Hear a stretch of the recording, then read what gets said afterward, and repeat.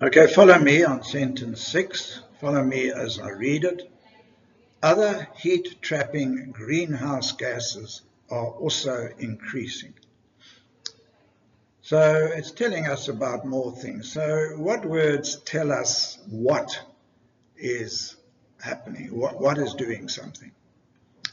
A lot of words there.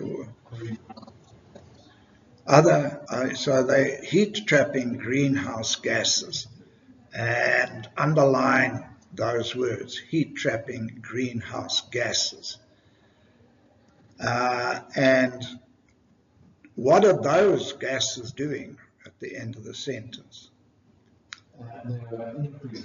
They are increasing. Brilliant. So it creates a lot of impact about what's happening. So underline increasing.